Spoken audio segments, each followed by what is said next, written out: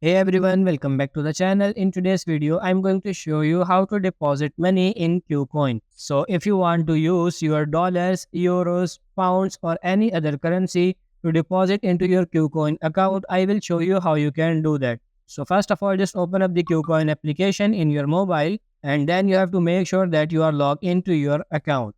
And then you can see these options in the bottom. You have to tap on this assets in the bottom right corner.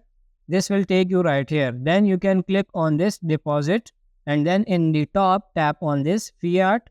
Now you have to choose your currency, then choose a payment method. So either easy bank transfer or regular bank transfer. Now you have to choose the amount you want to add and you can also add a bank account right here. So let's click on later for now and just enter the amount. Then simply tap on this pay with add bank account if you have already, and now you have to click on continue in the bottom. Now you can choose the bank. So just go ahead and link your bank account right here and then you can deposit money in KuCoin.